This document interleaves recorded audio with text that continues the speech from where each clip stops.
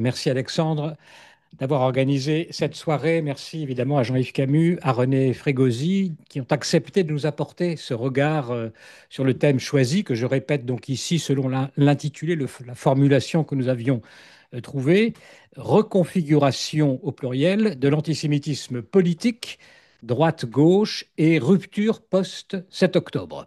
Et tout à l'heure, eh bien, Martine Nassia nous fera part de vos réactions. On essaiera de faire une synthèse pour répondre à vos interrogations et aussi entendre votre position. On voit, Jean-Yves Camus, on voit vraiment à la lumière de vos deux interventions, hein, il semble bien qu'on a affaire à une nouvelle idéologie globale. Vous étiez parti ras du bitume, comme vous nous l'avez expliqué, et tout d'un coup, on se rend compte qu'on a affaire à vraiment un mouvement, une idéologie globale. Est-ce qu'on peut parler de mouvement historique?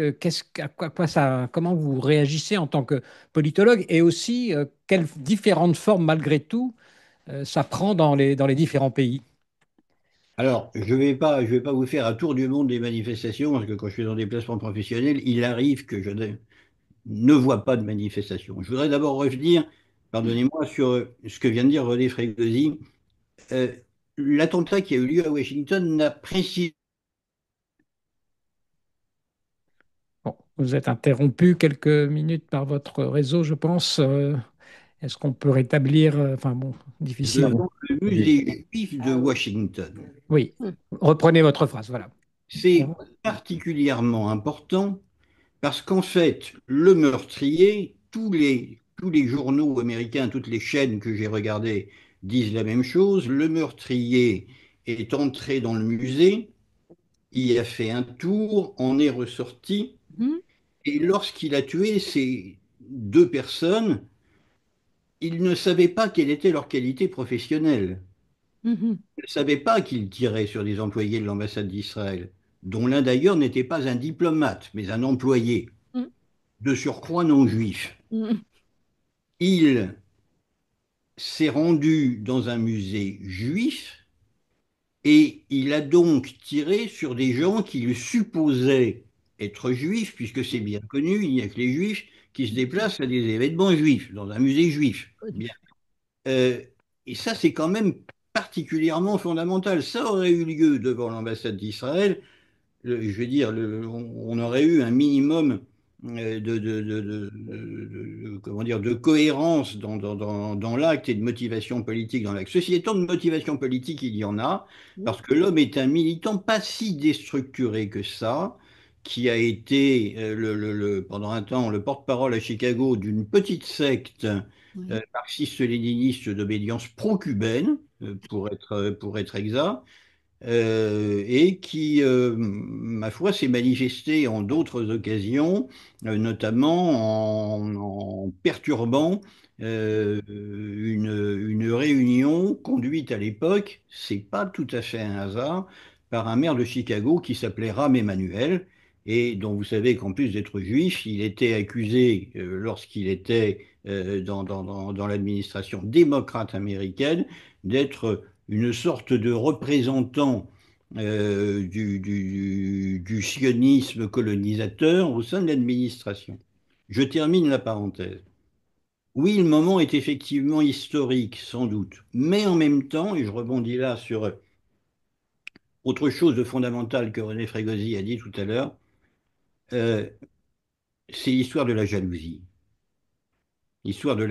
secrète. Alors, je ne suis pas là pour faire un Torah, mais quand même, j'essaye d'être aussi fidèle à ce que je suis, et je voudrais rappeler une chose. C'est que le moment est historique, mais en même temps, il est immémorial. Mhm. C'est-à-dire que, au départ, il faut bien se souvenir de ce que nous dit la Torah. Que Ésaü est Yaakov pour l'éternité. Que Ésaü est Yaakov pour l'éternité. Où elle est là-dedans la compétition? Où elle est la jalousie? Elle est dans le fait que Ésaü et Yaakov sont des jumeaux. Et que le commentaire de la Torah nous apprend que quand ils sont dans le ventre de leur mère, ils combattent pour sortir. Ils combattent pour sortir. C'est-à-dire que l'un et l'autre essayent de sortir le premier pour affirmer un fait de prééminence. Mm. Et ça nous dit une chose, ça nous dit qu'effectivement, tout en étant un moment historique du point de vue politique, au point de vue philosophique, et si je peux me permettre, au niveau théologique, Mhm. bien que la théologie soit quelque chose que le judaïsme ne connaisse pas vraiment, on est face à un mouvement éternel. Et ce mouvement éternel, il ne doit pas nous démobiliser dans la riposte, mais le fait qu'il soit éternel doit aussi nous permettre d'assumer tout ce qui se passe. J'allais dire, nous soulager un petit peu de cette impression, je sais bien que c'est très difficile, mais qui a saisi beaucoup de juifs après le 7 octobre, qui ont subitement ressenti l'antisémitisme comme une menace existentielle alors qu'ils ne l'avaient pas ressenti avant. Mm. Oui, c'est une menace existentielle. C'est une menace existentielle depuis Ésaü et Yaakov. Et c'est une menace existentielle jusqu'à... euh, alors, c'est difficile de dépasser, de rester là dans le cadre de la laïcité, mais dans mes convictions à moi, euh, jusqu'à la venue du Mashiach ben David à Yerushalayim, maintenant et de nos jours. Voilà, effectivement, oui, Rachid nous dit que quand Ésaü monte, Jacob descend et réciproquement. Exactement. Cela dit, Jean-Yves Camus, un tout petit mot encore, il y a Ishmaël aussi de l'autre côté, qui est peut-être finalement, vous avez l'air de dire, un ennemi peut-être plus facilement capable de Moi, faire teshuva, comme on dit. c'est pas tellement Ishmaël qui m'inquiète en tant qu'ennemi. Parce que Ishmaël connaît la nature de son adversaire et nous connaissons sa nature. L'ennemi qui me préoccupe le plus, c'est l'occidental qui s'identifie à Ishmaël. C'est la cinquième colonne. C'est Qui, pas moi? uniquement une Bah, question il de y a plusieurs cinquième jours. colonne. C'est Je pas suis venue simplement une question dimanche. de cinquième colonne. C'est c'est une sorte de désordre psychique et de haine de soi comment dire, si moi je m'identifie, si je vous dis aujourd'hui, je suis un Palestinien de Gaza, outre le fait que je préfère une énormité, ça n'est pas pour autant que je suis la cinquième colonne des Palestiniens de Gaza. Je suis dans un processus psychique Ah oui. d'identification qui repose d'abord sur me semble-t-il, une faille identitaire très très profonde. Et c'est ces gens-là qui me soucient le plus. Parce que en plus de s'identifier à une cause qui n'est pas la leur, ils recyclent des poncifs. Et là, j'émettrai un léger bémol par rapport à ce qui a été dit sur l'évolution de l'Église, qui se retrouve quand même dans la continuité de l'antijudaïsme historique. Je vais vous raconter une anecdote qui va être aussi brève que possible. Dans les quelques responsabilités administratives que j'ai pu avoir, il s'est trouvé qu'à un moment donné, j'ai eu à traiter d'une visite officielle d'Hugo Chavez. Une visite officielle d'Hugo Chavez qui s'est lancée à 10 heures du soir dans un grand discours à la Fidel Castro qu'on n'arrivait plus à endiguer, alors qu'en principe, il y a une heure de début et il y a une heure de fin. Et à un moment donné, Hugo Chavez s'est lancé. On connaissait évidemment ses sympathies pour la cause palestinienne. Hugo Chavez s'est lancé dans un début de monologue sur le premier palestinien, c'était l'acrobate. Finalement, la première, comment dire, la première victime des Juifs, ça a été le même puisqu'il a été vendu. Et là, Voilà. on s'est Parlez de dit, Jésus, hein, je précise, pour que si tu... oui, Voilà. et là, on s'est dit, il faut le débrancher. Il faut le débrancher. Donc, on a en quatrième vitesse expliqué que c'était l'heure et qu'il fallait, passez-moi l'expression, replier les Gaules. Mais on sentait venir le discours à la Garoudi ou le discours à l'abbé Pierre. L'abbé Pierre, qui, souvenez-vous, parlait des fours dont il trouvait trace dans la Torah et qui étaient les précurseurs des fours crématoires d'Auschwitz. C'est ce qu'évoque Garaudy. Exactement. Alors, j'aurais juste encore, avant de peut-être de passer après aux questions qu'on pourra avoir, que Martine collecte en ce moment, une question peut-être plus politique et d'actualité aussi, parce qu'on a parlé des LFI, on a parlé de la gauche, etc. Et vous avez parlé des AU. Moi, ce qui me paraît frappant aujourd'hui, c'est tout de même comment les autorités françaises, en l'occurrence le président Macron, prend des initiatives qui vont quand même assez loin dans l'hostilité, initiative donc de reconnaître l'État de Palestine prochainement avec un sommet avec l'Arabie saoudite notamment, la suspension de l'accord d'association avec l'Union européenne qui est en cours.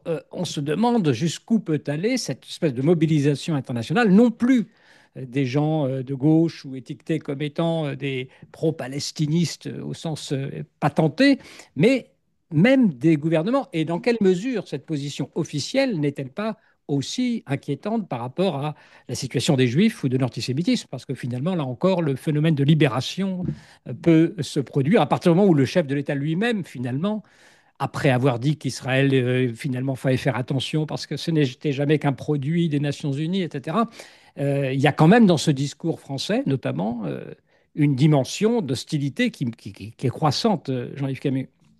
Est-ce que c'est un discours français? Ou est-ce que c'est un C'est discours le, c'est le président de la d'origine? République.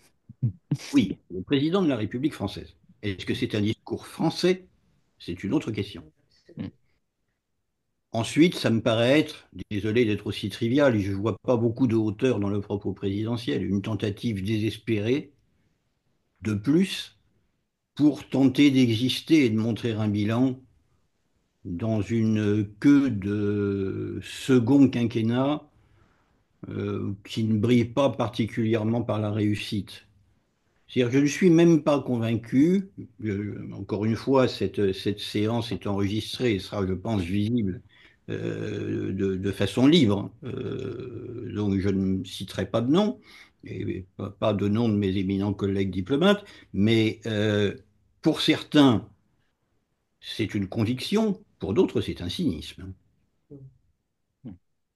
René Frégosi, sur cette question. Pardon, juste Oui, en je 30 vous en secondes. prie. Les Saoudiens, par exemple, les Saoudiens que je croise dans les instances diplomatiques, sont beaucoup moins allants sur la cause palestinienne que notre président.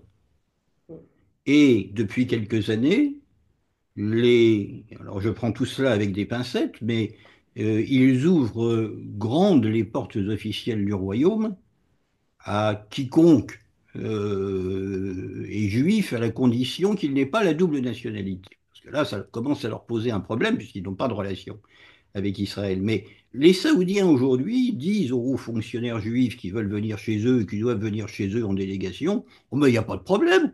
C'est pas, c'est plus un sujet.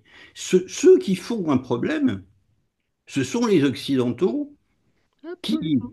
comment dire, n'arrivent même pas à comprendre que les Saoudiens sont en train, alors tout en continuant à diffuser la doctrine wahhabite, hein, c'est bien là le problème, d'évoluer un petit peu vis-à-vis d'Israël, parce qu'ils n'ont pas du tout envie de se retrouver demain avec les zigomars du Hamas qui viennent mettre le souk chez eux, et ils n'ont pas davantage envie de voir les Iraniens venir mettre le souk au sein de l'importante minorité chiite d'Arabie saoudite.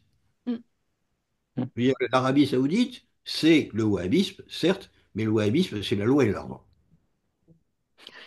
René Frégosi, Oui, non, sur mais ces- tout à fait d'accord avec tout ce que vient de dire Jean-Yves Camus. La cause palestinienne peut être instrumentalisée par certains pays arabes, mais en fait, ils ne défendent pas du tout les Palestiniens et ils ne cherchent pas du tout à créer un État palestinien. Je crois qu'effectivement, le pro-palestinisme est une idéologie beaucoup plus occidentale, finalement, que moyenne-orientale. Même si, effectivement, de nombreux gouvernements autoritaires des pays arabes l'utilisent, et notamment l'Algérie. Hein.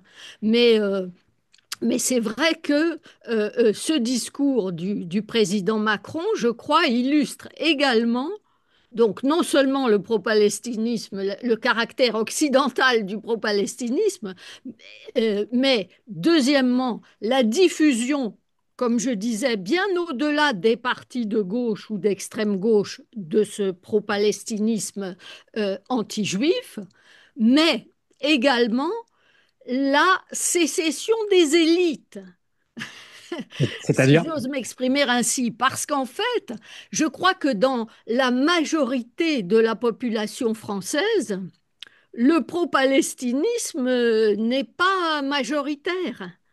Et en fait, là, le président Macron, une fois de plus, se coupe de la majorité du peuple français, je pense. sauf à vouloir éventuellement ne pas laisser tout l'électorat musulman partir sur LFI. Enfin bon, c'est ce qu'on dit parfois Oui. aussi, les intérêts Mais électoraux. mais, mais il n'y a pas que l'électorat musulman quand même encore en France, heureusement. Avant Voilà. de lancer, Antoine, Oui, je vous en prie. avant de passer à la discussion et aux questions de l'assistant, je voudrais faire une remarque et rebondir un peu sur ce que vous venez de dire, Jean-Yves et René. Dimi Watch a pris une initiative hier. Nous nous sommes adressés à Monsieur Macron. Alors, si vous voulez, la question qui émane et qui n'a pas de réponse dans tout ce que vous venez de dire, c'est comment les islamistes ont réussi à convaincre des tas de gens qui n'avaient rien de, qui sont pas musulmans, qui étaient étrangers à la cause musulmane. Alors, René a donné des éléments de réponse, c'est que ça a commencé il y a 50 ans, 60 ans, 70 ans, et que pendant tout ce temps-là, les narratifs, les accusations de colonialisme, tu as dit que ça commençait en 40, je sais pas quoi, avant même la création d'Israël. Ah oui, ah bon. Ces narratifs ont abondé dans le sens et ont fini par s'enraciner. C'est une de mes interprétations possibles et que ces narratifs ont pu être crédibilisés par des intellectuels petit à petit et sont devenus prégnants dans la... Voilà.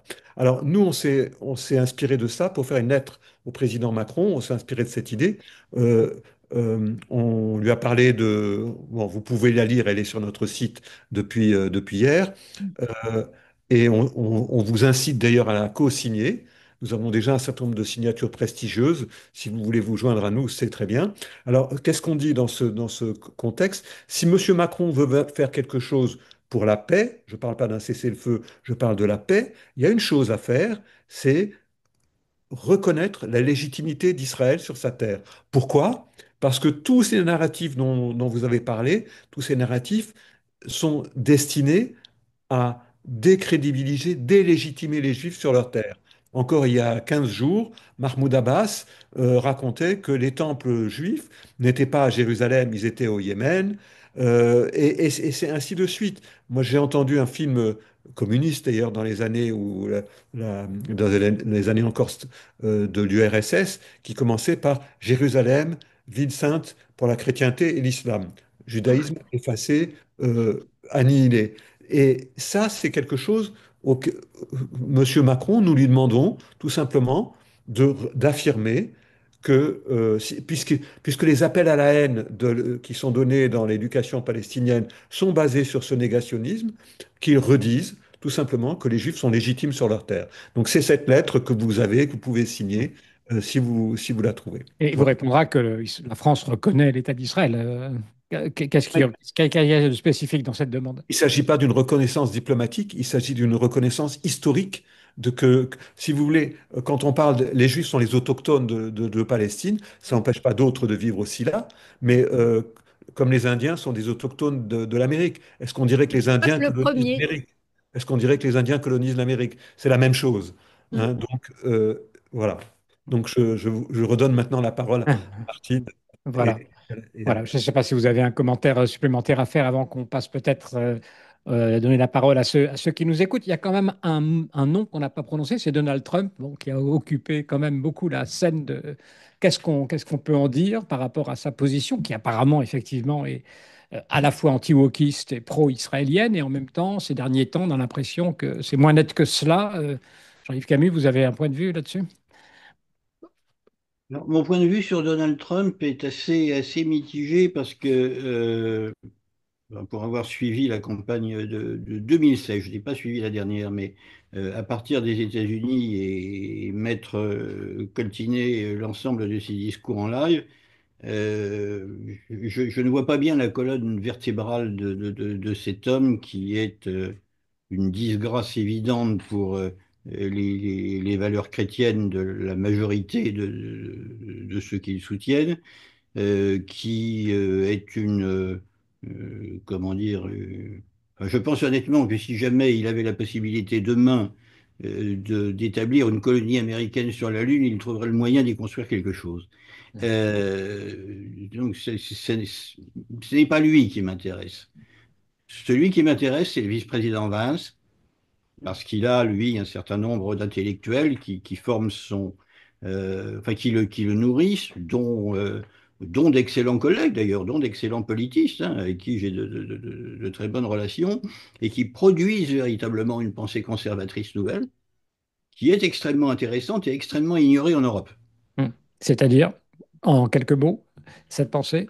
C'est-à-dire en quelques mots, notamment Patrick Denine, que j'ai connu à l'université de Notre-Dame, comme on dit là-bas, et qui est un intellectuel catholique conservateur, qui part d'une critique qui part plus exactement d'une exégèse de la critique que fait Tocqueville de la démocratie massifiée. Bon, mais là, on s'éloigne énormément de notre sujet. Donc, dans l'entourage de Vance, il y a des gens qui ont une colonne vertébrale idéologique et d'ailleurs une colonne vertébrale religieuse, puisque pour l'immense majorité d'entre eux, ils sont, comme le vice-président, des catholiques revenus à la religion, voire des convertis du protestantisme. Et ces gens-là pensent effectivement. Ils pensent effectivement. euh, le problème que je trouve, c'est qu'ils ont une appréhension de l'Europe qui est extrêmement déformée. Et non seulement ils ont une appréciation de l'Europe qui est extrêmement déformée, mais reste quand même, dans le discours du vice-président Vance à Munich, si on fait abstraction du fond, un aspect donneur de leçons à l'Europe qui ne me plaît pas. Voilà. De Trump, il n'y a pas grand-chose à dire. René Euh, Frég, oui. Non, Peut-être ce qu'on peut René Frégosi. espérer de l'administration américaine, c'est qu'ils reviennent sur la position des accords d'Abraham, qu'ils facilitent la poursuite des accords d'Abraham, qui est aujourd'hui la, la, la, la voie qui semble la meilleure pour euh, progresser vers une situation pacifiée dans la région et non pas la création fantasmatique d'un État palestinien. Enfin bon. Donc je pense que oui. D'ailleurs, les visites qu'il a faites en Arabie Saoudite et dans la région, je pense, avaient cette idée-là derrière la tête quand même, de relancer les accords d'Abraham. Mais je pense que ça va se faire. Enfin, en tous les cas, à mon avis, c'est ce qu'on peut espérer. Mais j'espère que dans la discussion, on pourra revenir sur ce que soulignait Jean-Yves tout à l'heure à propos de la jalousie, hein. Hmm. Parce que effectivement, l'effacement d'Israël et le remplacement, le processus d'effacement-remplacement du peuple juif par le dit peuple palestinien, c'est vraiment un processus extrêmement important et qui a commencé dès la fin des années 40, dès 49-50, avec la Nakba, avec ce terme de Nakba qui signifie grande catastrophe, c'est-à-dire Shoah Hmm. en Ouais. arabe. Hmm. Et, alors, et on est là vraiment dans une volonté jalouse de Ouais. prendre la place d'eux. Construction mimétique, on a dit oui. Jean-Yves Camus là-dessus? Un plus petit mot? exactement, Nakba serait l'équivalent d'un terme très peu utilisé, que seuls utilisent encore les yiddishophones pour parler de la Shoah, qui est Khurban, Hmm. l'anéantissement. Ça, c'est le premier point. Le second point, puisqu'on doit revenir sur la jalousie, essayons de prendre un peu de hauteur. Mm. Mon ami Gérard Rabinovitch m'a dit un jour quelque chose qui m'a un peu estomaqué sur le moment, avec la franchise qu'on lui connaît. Il me dit, tu sais, les antisémites, c'est l'amicale des amis du crime. Tiens, c'est-à-dire, c'est-à-dire que c'est les ennemis de la loi. C'est-à-dire qu'en fait, nous sommes le peuple de la loi. et qu'au fond, il y a une contestation intrinsèque de la nécessité de la loi chez tous ceux qui se coalisent contre nous.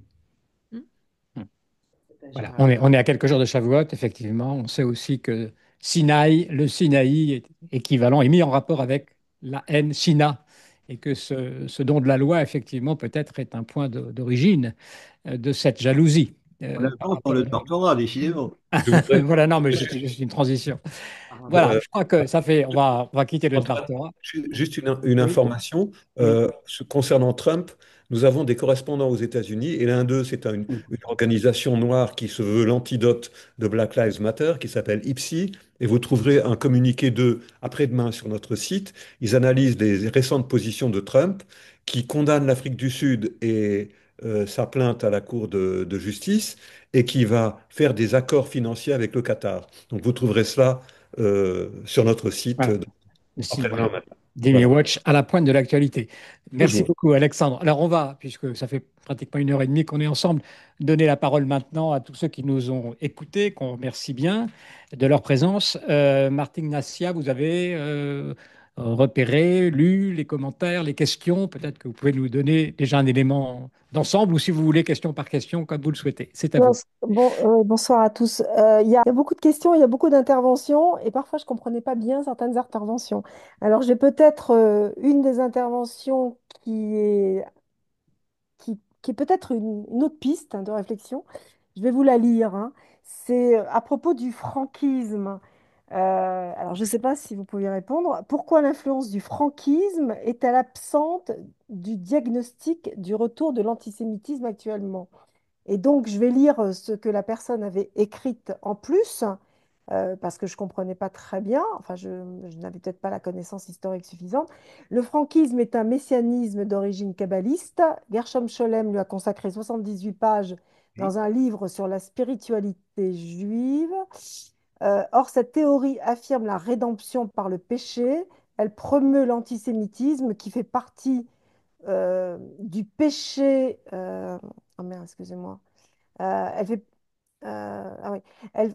Oh, pardon, excusez-moi. Or, cette théorie affirme la rédemption par le péché. J'ai du mal à fixer le truc. Oui, en fait, c'est Ce tout. courant est très important pour comprendre le retour de l'antisémitisme à notre époque, qui voit la réactivation du messianisme en Israël, confère la vidéo de Netanyahou jeune, auquel le Rav Menahem Mendel Schneerson, pardon, demande de hâter la venue du Messie.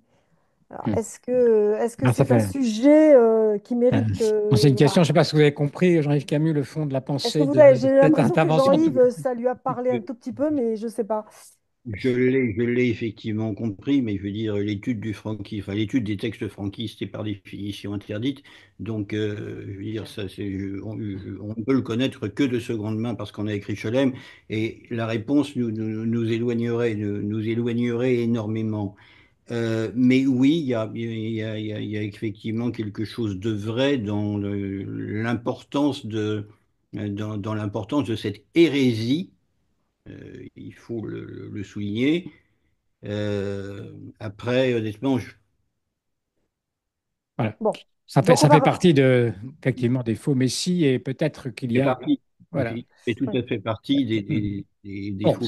peut-être que c'est un peu compliqué là pour Mais en même rentrer Voilà. temps, oui, c'est là-dedans. un peu compliqué, mais en même temps, alors je récuse totalement, même si je ne suis absolument pas rabbinique, mais je récuse totalement la mise comment dire, en relation du franquisme et du type de messianisme que le rabbi Lubavitch défendait, parce que c'est l'ensemble du monde juif, dans Hmm. toutes ses composantes, qui, a priori, prie tous les jours pour la Avec- venue Hmm.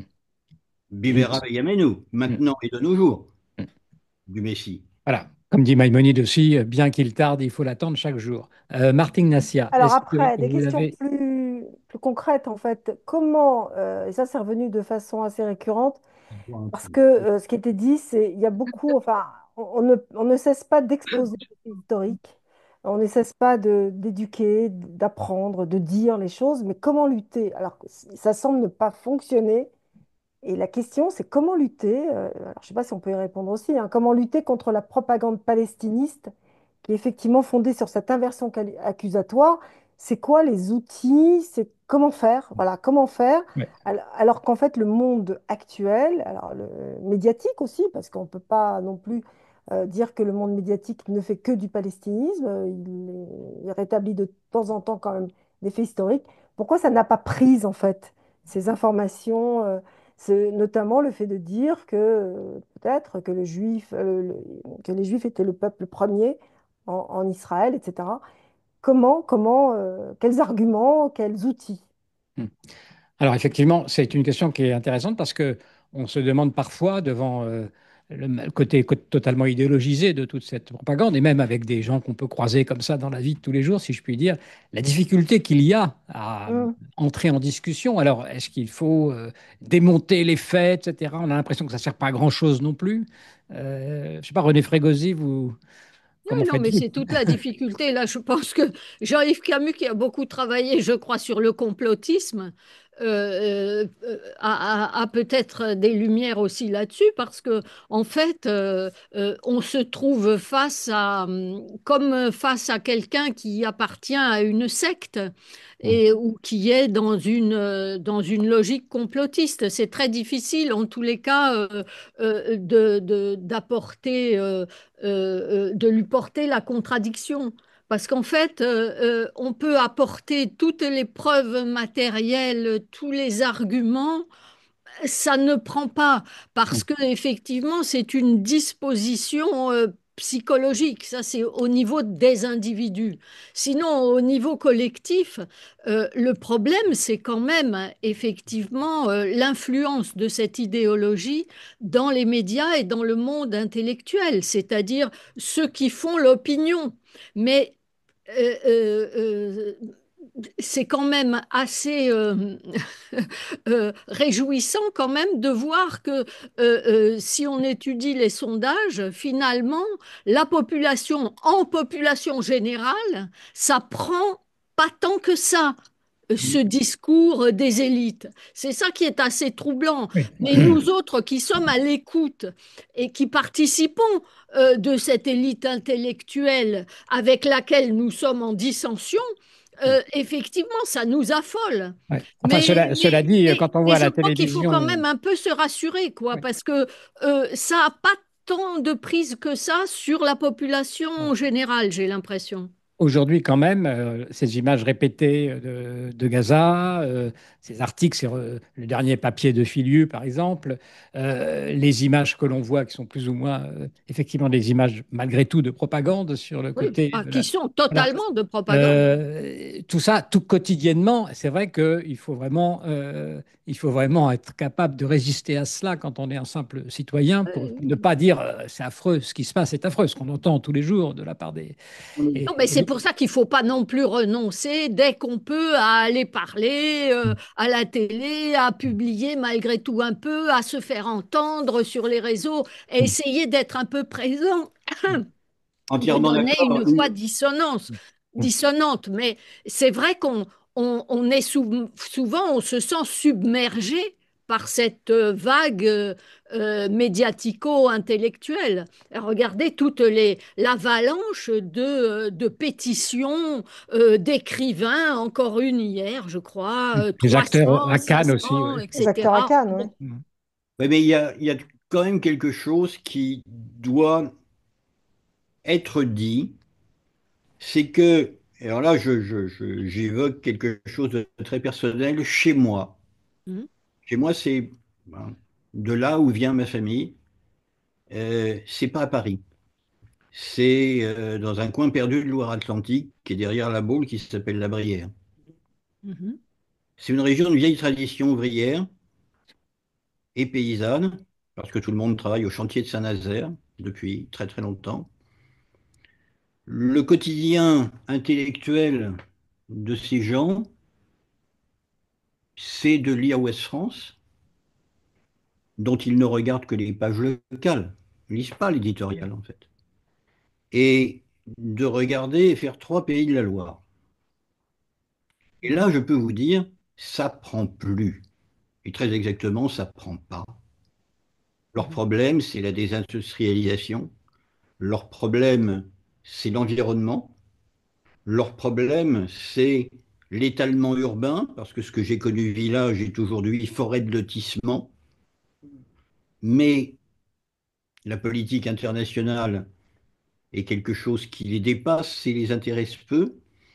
Et quant à l'identification aux Palestiniens, mis à part chez quelques militants ségétistes survivants qui continuent à être plus happés par la cause, si vous voulez, que partisans de la cause, ça ne marche pas. Je, je, je, je vais assez souvent à Strasbourg. J'y suis allé la dernière fois à un moment où les relations étaient particulièrement tendues entre la maire écologiste de Strasbourg et la communauté juive sur une histoire de déprogrammation d'activités liées à l'histoire du judaïsme en Alsace. Et je posais la question à des gens qui n'étaient pas du tout introduits dans le milieu politique, qui étaient des Strasbourgeois qu'on connaît vaguement, mais ça vous préoccupe vraiment? Non. Et au fait, la majorité de la population ici, elle est consciente du biais que la municipalité a contre la communauté? Oui. Et qu'est-ce qu'elle en pense? Ben, ce qu'elle en pense, elle a bien réalisé que le 7 octobre, il s'était passé quelque chose. Et qu'en fait, les responsables du 7 octobre, c'était les islamistes, c'était le Hamas, c'est pas les Juifs. C'est-à-dire, il Oui. faut toujours avoir à l'idée que... Et moi, je pense que politiquement, il y a des gens qui vont... Il y a des élus qui vont le payer en 2026. Vous me direz, bien fait pour eux. Ils l'ont voulu, ils l'auront. Charles Mais Dora, il y a une... Charles, Pardon? Charles Dora nous dit, enfin, c'est un des auteurs, le résultat de l'Eurovision est excellent pour Israël car il a obtenu la majorité populaire. Peut-être aussi un signe que dans Oui, cette je ne sais pas très population. bien Bon, comment on vote à l'Eurovision ni bon. ce que c'est, mais je veux dire, il me semble que dans la population, je ne veux pas dire dans la vraie France, ça ne veut rien dire, mais chez les gens qui ne sont pas collés comme nous le sommes sur l'actualité, sur les réseaux sociaux, sur Internet, il y a quand même une sorte de common decency. Mm. C'est-à-dire que euh, tout de même, à un moment donné, on s'aperçoit de qui est le bon et qui est le méchant. Mm. Ah, ce sont des paroles optimistes. Juste, je voudrais simplement, excuse-moi Martine, je vois que Josiane nous dit, on raisonne en occidentaux, on oublie que le mental de la partie adverse est Mm, oriental. Je mm. veux bien attirer l'attention sur ce fait. Effectivement, on a quand même du mal, malgré tout ce que vous dites, Jean-Luc Cabu, à l'instant, en Occident, de percevoir, par exemple, ce que peut représenter la menace des frères musulmans ou de l'islam, parce qu'on raisonne en termes universalistes directement, sans se prendre conscience qu'il y a quelqu'un qui est autre, finalement, de l'autre côté. Je ne sais pas Non, mais, si c'est mais là, un maître justement, Gauzy. non, mais les gens dont parle Jean-Yves Camus, la population générale, je dirais, elle a tout à fait conscience que l'islamisme, c'est quelque chose qui nous est totalement étranger et qui est totalement dangereux. Hmm. Donc, les gens en général ne connaissent pas forcément le mode de fonctionnement des islamistes, mais ils ont bien conscience que c'est pas notre mode de fonctionnement, que c'est dangereux et qu'ils en veulent pas.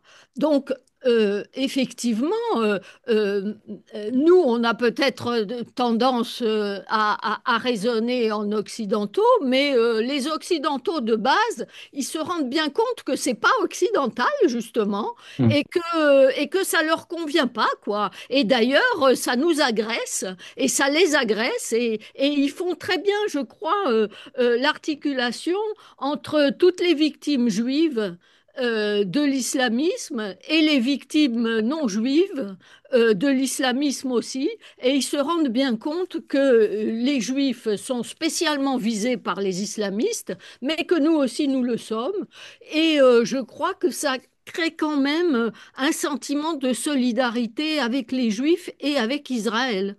Euh, bon, alors après, moi, mon coin, c'est la Corse, donc Ah oui. effectivement, en Corse, c'est encore particulier, quoique, c'est pour ça qu'il faut toujours se méfier quand même des activistes politiques. Euh, à travers le nationalisme corse, on a toute une tendance maintenant de convergence avec LFI et on a désormais des petite, alors manifestation encore plus minime qu'à Paris, hein, mais quand même de pro-palestinistes. Mm. On a des manifs avec des drapeaux palestiniens. Ils sont trois chats, mais ils y sont, alors qu'avant, ils n'y étaient pas. Mais en population générale, les gens qui ne sont pas politisés, eux, sont plutôt favorables à notre petite association Terra Eretz Corsica Israël. Et Ouais. puis, alors, il y a quelque chose dans le nationalisme corse qu'on retrouve. Alors d'abord, historiquement, dans le nationalisme corse, il y a eu des liens organiques avec la mouvance palestinienne qu'on voyait chaque année aux universités d'été de Corte lors de la grande réunion des nationalistes. Il y avait régulièrement des invités, notamment des invités du FPLP, et le renseignement a une idée assez précise des liens qui ont existé, qui étaient des liens matériels et Mhm. des liens d'entraînement entre notamment les nationalistes corses, certains nationalistes corses, et la Libye du colonel Kadhafi, voire du côté du Liban, des liens de la même sorte. La seconde chose, c'est que ce sentiment est en partie ce sentiment de solidarité avec la Palestine, je l'ai retrouvé en Catalogne, dont je reviens là tout juste. Mhm. Je le retrouve beaucoup au Pays Basque aussi. Mhm. C'est une sorte de survivance du terme de ce qu'on appelait dans les années 70 les luttes de libération, Mhm. luttes de libération contre une forme de colonisation qui pouvait être extérieure, la France colonisant l'Algérie, mais qui pouvait être intérieure. Le franquisme et son attitude par rapport à la Catalogne, le franquisme par rapport aux nationalistes basques, ça perdure jusqu'à aujourd'hui. Je rentre de Barcelone. Barcelone, aujourd'hui, c'est Palestine. Mm. Alors, justement, je voudrais dire, parce que vous nous parlez avec optimisme hein, de la réaction de la population, mais par exemple, Frédéric, qui est à Bruxelles, nous dit qu'en Belgique, on est au bord de l'effondrement total dont vous semblez épargné en France pour l'instant. Alors, il cite un certain nombre de faits.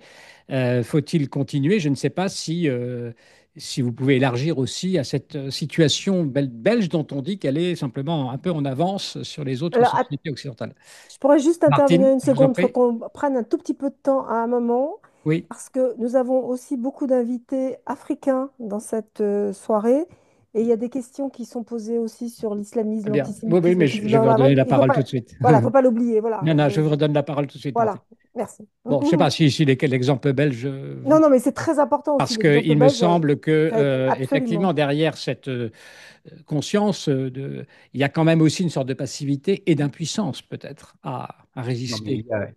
enfin, je vais en Belgique à peu près tous les mois depuis plus de 25 ans, donc je veux dire, Bon, alors je vous allez pouvoir nous comprends répondre. que le problème n'est pas uniquement celui des Juifs. Les Juifs ne sont que la partie la plus victime de quelque chose qui est l'absence d'État. Ça n'est même plus la désintégration de l'État, c'est l'absence d'État.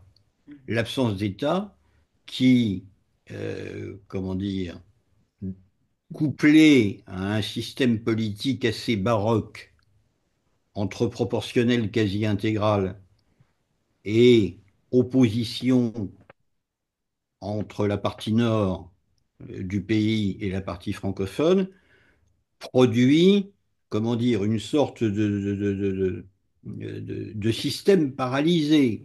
J'ai eu des expériences absolument extraordinaires.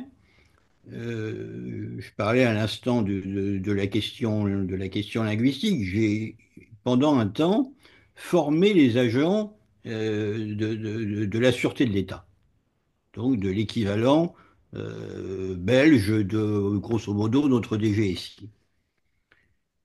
On était dans une situation ubuesque qui doit perdurer aujourd'hui. Vous prenez un militant politique, quel qu'il soit, qui se trouve à Bruxelles. Il est signalé à Bruxelles, ou il est signalé à Mons. Allez, prenons Mons. Il est signalé à Mons. Il est donc pris en charge par des agents de la Sûreté de l'État qui sont francophones et qui peuvent être très peu néerlandophones. Et notre Gugus, qui est signalé à Mons, se déplace et d'un jet de voiture qui lui prend pas des heures, il arrive dans la partie néerlandophone du pays. Et là, il y a interruption de la chaîne. C'est-à-dire que le signalement remonte, mais je l'ai vécu en direct, il ne, comment dire, il ne peut pas être lu par des agents qui, pour le coup, sont néerlandophones et très mauvais, voire pas du tout francophones, de sorte qu'à un moment donné, ça se perd dans la nature. Moi, j'ai enseigné à des salles complètes d'agents dont la moitié ne comprenait pas ce que je disais. Sauf que je leur parlais de leur partie linguistique du pays. C'était un truc totalement surréaliste. Et ça a été un élément matériel extrêmement important dans les différents ratés du renseignement belge. Il y a des gens qui ont essayé d'y remédier. Il y avait à la tête de la Sûreté de l'État un excellent islamologue qui s'appelait Alain Guignard, maintenant décédé, je crois, qui a essayé de renverser un petit peu la table. Il s'est heurté à une paralysie du politique qui est doublée par une situation démographique qui existe à Bruxelles, mais qui existe ailleurs dans d'autres villes, qui fait qu'aujourd'hui, c'est la loi de la majorité. C'est-à-dire que quand vous sortez de la gare du Midi et que vous voulez, comme je le fais régulièrement, aller voir les bouquinistes de Bruxelles qui sont pour beaucoup boulevard Lemonnier, donc directement en sortant de la gare tout droit, vous êtes dans une sorte de no man's land Il n'y a pas une femme. de no man's land ethnicisé qui fait que vous ne, je vais le dire comme ça, vous n'êtes pas en Europe, je suis désolé. Vous n'êtes pas en Europe. Oui, j'étais la seule femme. Martine, alors peut-être En, les dernières questions en avec fait, le... il y a deux questions et une énorme question. Je ne suis pas sûre que la énorme, on arrive à l'aborder. Donc, il y a une question qui porte sur l'islamisme qui se développe en Afrique. Et la question est formulée ainsi, pourquoi laisser l'islamisme et l'antisémitisme se développer en Afrique? Pourquoi laisser les frères musulmans s'installer en Afrique et s'immiscer dans les appareils politiques et les structures sociales et humanitaires de ces pays? Donc ça, c'est une première série de questions sur Afrique et islamisme. Il y avait une question aussi pour René Frégosi, le rôle des Sud-Américains, parce que ça a été évoqué dans la pensée coloniale, dans le développement de la pensée coloniale, et comment l'islamisme s'est-il introduit dans cette pensée décoloniale en Amérique du Sud. Voilà. Et puis la troisième énorme question, et je ne sais pas si c'est le sujet de notre soirée, mais je préfère quand même le dire, c'est qu'au début, tout le monde a évoqué la question de un État palestinien pour certains. Donc, il y a eu des questions sur un État à deux, enfin la question d'une solution à deux États, voire à plusieurs États ou à plusieurs parties prenantes. Mais je ne crois pas que ça soit vraiment trop le sujet de notre soirée. Et ça, c'est et les Pardon, si, alors ça l'a été, pardon, j'interromps juste en 30 Oui. secondes parce que j'ai vu plusieurs questions euh, Oui, apparaître. ouais, Visiblement, je ne me suis pas bien fait comprendre lorsque j'ai parlé ouais, de ce projet historiquement daté années 70, qui est ouais. le projet officiel du FDPLP, d'un seul État démocratique et laïque en Israël/Palestine. C'était le wording exact Mhm, de l'époque et il est repris aujourd'hui par un certain nombre de groupes pro-palestiniens. Qu'est-ce que ça veut dire? Ça veut dire qu'il n'y a qu'un seul État, il n'y a pas un État palestinien et un État israélien, il y a un seul État qui englobe la totalité du territoire et dans lequel, bien évidemment, comme on est universaliste et progressiste, on pense d'abord, il va falloir donner le pouvoir aux masses, et deuxièmement, on va gérer cet État unique sur le principe d'un homme, une voix. C'est très joli tout ça, mais mhm, la réalité, elle est que le principe d'un homme, une voix, il aboutit de facto, hier comme aujourd'hui, à ce que, alors davantage aujourd'hui qu'hier, à mhm, ce qu'à terme, plus ou moins proche, les Juifs perdent toute souveraineté sur ce pseudo-État bidon unique parce qu'ils seront démographiquement absorbés, d'une part, et parce que d'autre part, je ne crois pas une seconde que cet État, s'il était créé serait véritablement laïque et véritablement démocratique, de sorte que les droits des Juifs qui choisiraient de rester sur place deviendront, on vient au nom de votre association, des dhimmis. Et puisqu'on en est là, la solution à deux États, c'est pareil, vous paraît aujourd'hui, elle paraît totalement passée quand on est en Israël, par exemple, mais il semble qu'elle continue à vivre fortement sur le plan international. Est-ce que, en Mhm. quelques mots aussi, Oui, mais René justement, Frégosi? la question de la solution, la dite solution à deux États semble de plus en plus obsolète. Mais justement, il faut se méfier parce que cette autre solution à un État Palestine/Israël est reprise aujourd'hui, et notamment par Yossi Bellin, tout récemment, qui a parlé d'une confédération, mais une confédération où, en fait, à l'intérieur de laquelle les Juifs seraient minoritaires et minorés, Hum, voire pire. hum. Donc, effectivement, c'est une question extrêmement délicate. Bon, on ne peut que constater que la solution à deux États est de plus en plus évanescente, mais méfiance, quelle solution de substitution? Ça peut être encore pire. Voilà, vous avez quelque chose à dire sur éventuellement Alors, mais à africanisme? propos des Africains, parce que Oui, ça, c'est oui. extrêmement important, et on laisse. Le problème, c'est que effectivement, en Afrique, en tous les cas, les Français, ils y sont de moins en moins. Donc, de toute façon, il ne s'agit pas de laisser ou de pas laisser faire, mais c'est un fait que, de toute façon, l'islamisation, déjà, de l'Afrique a beaucoup progressé depuis les années 60, depuis la décolonisation, mais la réislamisation par les islamistes, elle aussi progresse, comme partout. Et alors là, pour le coup, nous, on n'y est pas pour grand-chose, mais ça s'articule très bien avec un nouveau mouvement qu'on constate dans toute l'Afrique francophone, absolument anti-France. En fait, ce sont les mêmes qui avant participaient de la France-Afrique, qui maintenant crachent sur la France à tout prix, etc. Et surtout dans les élites, évidemment. On a un discours chez les élites africaines foncièrement anti-françaises, pro-russes, et effectivement chez des élites africaines qui sont, elles, islamisées. C'est pas, ça sera évidemment davantage chez les Wolofs que chez les Mandingues au Sénégal, etc., hein. Un petit mot Alors, sur... Disons, c'est pas notre problème, c'est aux Africains à gérer ça, hein. Mais c'est un vrai problème. Jean-Yves Camus, un petit mot là-dessus? Peut-être on peut oui, dire... un petit mot là-dessus, parce qu'il faut toujours penser aussi à la situation des chrétiens en Afrique, qui est Mmh, extrêmement critique dans un certain nombre de pays, ouais.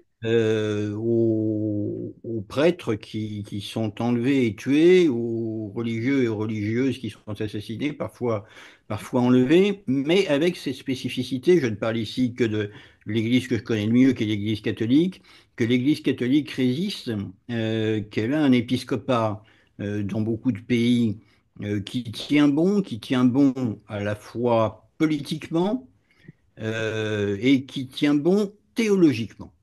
Mhm.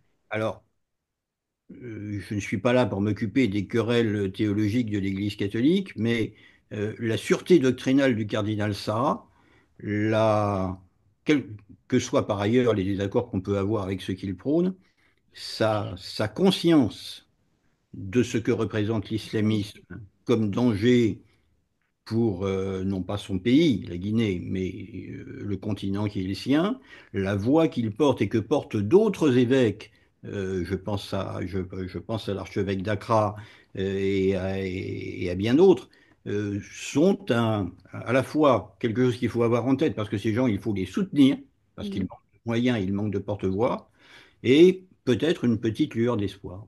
Voilà. Alors, ça compense un peu parce qu'il y a un auditeur, Volga Igor, qui vous reprochait d'avoir parlé de l'acrobate en parlant de Jésus. C'est très offensant pour les chrétiens qui soutiennent Israël. Voilà. Non, C'est nullement. ça. Bon, C'est une je me convention. permets de répondre.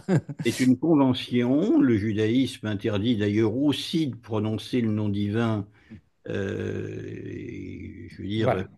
le nom divin en général. Donc ça vaut aussi pour nous, hein. C'est une convention. Et cette convention que je respecte parce que c'est ma manière de pratiquer, elle n'a rigoureusement rien d'offensant. Je suis assez sceptique sur le dialogue théologique. Je suis par contre extrêmement fermement attaché au front commun que nous pouvons faire sur un certain nombre de problèmes politiques et sociétaux. Mhm. Voilà, c'était juste pour effectivement répondre à cette personne qui avait pensé que vous vouliez offenser les chrétiens. Alors, Martine, peut-être il reste encore un point ou deux, Il y ou avait une petite on question, s'achemine vers mais qui est vers une la grosse fin. question encore, parce que c'est à Oui. chaque fois des questions extrêmement lourdes. C'est une personne demande quelle est la vision que la Chine a d'Israël Ah, actuellement. alors là, Sud Global, René Frégosi. Mais la Chine, elle n'est pas dans le Sud global, c'est sans doute elle qui tire le meilleur parti de l'utilisation du Sud global, mais elle est toujours en retrait. Elle n'a pas un discours idéologique aussi tonitruant comme Poutine peut l'avoir. Lui, il parle d'Occident global, il scénarise vraiment l'affrontement entre l'Occident et le Sud global dont il serait le défenseur, etc. La Chine n'a pas de discours du tout là-dessus, en fait. Alors, elle en tire parti parce qu'elle colonise aussi bien l'Afrique que l'Amérique latine d'un point de vue économique. Elle tire profit énorme de la perte d'influence des Occidentaux en Afrique notamment, mais également la Chine est très très présente en Amérique latine, mais de façon très discrète. Et donc, la Chine, bon, ils ont quand même reçu des représentants du Hamas, hein, mais il n'y a pas un discours du tout offensif contre Israël, contre les Juifs, à ma connaissance, hein. Et il Alors, n'y a pas un discours qui est développé, qui est assumé vraiment. Mais par contre, objectivement, la Chine tire profit de cette idéologie anti-occidentale et comme ça fonctionne avec anti-Israël aussi. Mais euh, C'est pas idéologique, vous voulez dire, forcément. non, pas vraiment idéologique, non. je confirme par une anecdote vécue. Je me suis retrouvé dans une enceinte internationale, qui est l'Organisation mondiale des villes, euh, 3 jours après le 7 octobre, Mhm. Turquie qui plus est, à Konya, où nous sommes quelques-uns à avoir tenté de rétablir l'équilibre dans une résolution qui était une apologie du Hamas. Au moment du vote, et j'ai vu ça plusieurs fois, les Chinois, qui étaient très nombreux, quand je dis très nombreux, c'est 80 villes quand même, hein, soit quelques centaines de millions d'habitants, les Chinois sont sortis fumer. Voilà. Ça s'appelle ne prends pas part au vote en France. Mm. Voilà, bon, on va peut-être en rester là, on approche vraiment De la du fin. terme. Martine, vous vouliez dire autre chose ou on redonne la parole à Alexandre, je crois, qui voulait. Peut-être Merci beaucoup. Alexandre avait peut-être Oui, des choses à je Bon, ajouter. voudrais juste un mot remettre. peut-être Oui, sur l'Amérique latine, oui, justement, oui. parce que effectivement, l'Amérique latine, c'est le berceau du décolonial. Et Oui, on trouve des propos antisémites chez le grand initiateur du mouvement décolonial Dussel et également chez un activiste intellectuel du décolonial latino-américain, Ramon Grossfogel. Et vraiment, cette articulation de l'idéologie décoloniale avec l'antisémitisme et l'anti-israélisme, elle est absolument évidente. Et elle passe aussi, d'ailleurs, parce qu'on en a parlé tout à l'heure hein, de Chavez, elle passe par Caracas. Ramon Grossfogel avec Bouteja, ils ont ensemble présidé à la création de l'Institut pour la décolonisation créé par Maduro, le successeur de Chavez. Et donc, on a là vraiment une articulation très forte, mais je voudrais juste dire aussi pour l'Amérique latine, il n'y a pas seulement une contribution intellectuelle à l'idéologie néo-tiers-mondiste, etc., et au Sud global, mais il y a aussi une présence sociologique et sociopolitique très importante, notamment du Hezbollah parce que vous avez à travers les communautés syro-libanaises qui sont donc là depuis très longtemps en Amérique latine. C'est pour ça qu'on dit syro-libanaise, hein, parce que c'était du temps des mandats hein, de la Palestine et Syrie, etc. Et le Hezbollah a une présence très importante, notamment à la triple frontière Argentine, Paraguay, Brésil, mais également ailleurs. Et quant au lien, et donc profite de la grande population syro-libanaise dans ces pays-là, mais également au Chili aussi. D'ailleurs, la présence syro-libanaise, c'est la plus importante communauté latino-américaine, elle est au Chili. Et, mais il y a aussi l'articulation politique avec le Venezuela. On sait que le Venezuela a fourni des passeports notamment à des terroristes du Hezbollah, probablement aussi à ceux qui ont fait les attentats à Buenos Aires de l'AMIA en 94 et 2 ans plus tôt en 92 contre l'ambassade d'Israël. Et donc, il y a cette articulation là qu'on retrouve. Les grandes puissances du Sud global qui soutiennent le Venezuela, on retrouve convergents, même s'ils ont par ailleurs, s'ils sont conflictuels, l'Iran, la Chine et la Russie. Alors c'est pour ça qu'on se demande quand va-t-on réussir à se débarrasser de la dictature chaviste au Venezuela, parce que appuyé par ces grandes puissances, Merci je ne beaucoup. parle même pas de Cuba, parce que Mm. Cuba, bon, Mm.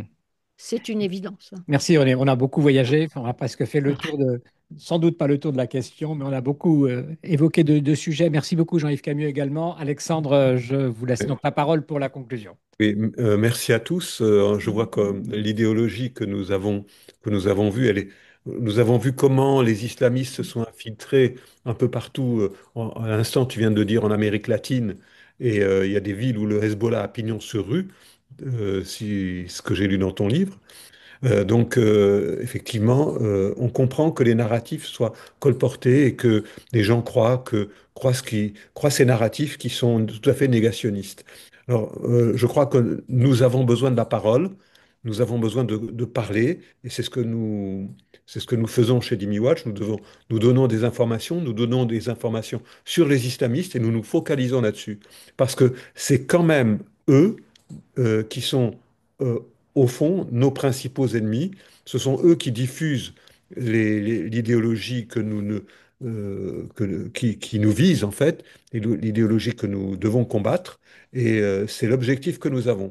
Ce matin, j'ai vu une newsletter d'une organisation que j'aime beaucoup, qui s'appelle Nous Vivrons.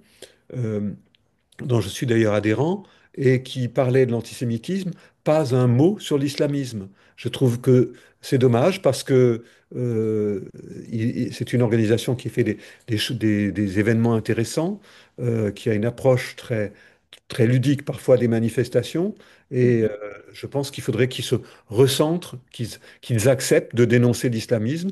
Ce n'est pas, il n'y a pas il y a pas de mal à être taxé d'islamophobie par par des islamistes. Mais j'ai l'impression qu'ils ont un peu peur de cela. Donc nous devons aller là-dessus. Je pense que à notre niveau, modeste niveau chez Jimmy Watch, on va continuer à parler, à prendre la parole. Nous sommes en train de terminer, le bon à tirer sera fait demain, un livre qui s'appelle Le 7 octobre, une fracture française. Et vous allez retrouver les thèmes qui ont été discutés ce soir, avec peut-être des solutions qui sont proposées par un certain nombre de co-auteurs. Nous appelons nous appelons peut-être à des manifestations, parce que j'ai l'impression que M. Macron n'est sensible qu'à des mouvements de rue, et peut-être des mouvements de manche apparemment, comme ça s'est passé hier soir, mais ça, comme on dit, Brigitte Macron, les Français voulaient le faire, mais Brigitte Macron l'a fait. Bon, c'était un éditorial dans un journal. Enfin bon, ce qu'il faut retenir quand même, c'est que nous devons nous opposer à cette reconnaissance unilatérale, sans aucune contrepartie de la Palestine. Et peut-être s'il faut faire des manifestations pour cela, il faudra faire des manifestations. Voilà, je vous invite donc à suivre notre site et à vous abonner au site. C'est gratuit, vous recevez tous les éléments. On essaye de ne pas faire trop Ouais, d'articles par semaine, mais il y en a quand même 4 ou 5 par semaine. Et nous essayons aussi de prendre des contacts. Alors, dans les questions qui ont été posées, nous avons vu Amar Bouguerbib qui nous propose de travailler sur un... Donc, s'il y a des bonnes volontés, de travailler Il a fait un recueil. Amar, il parle l'arabe couramment et il a étudié les propos des frères musulmans, donc il y a du travail à faire et il sollicite de l'aide. Donc, si vous voulez, nous pouvons vous donner du travail et vous aider dans ce sens-là. Voilà, je vous remercie tous d'être venus. Je remercie tout particulièrement les orateurs qui ont été brillants. Nous avons tous appris plein de choses et nous espérons que tous les vœux qui ont été formulés dans les nombreuses questions vont se réaliser du jour au lendemain. Voilà. Bonsoir et merci. Bonsoir, merci. bonsoir. Merci.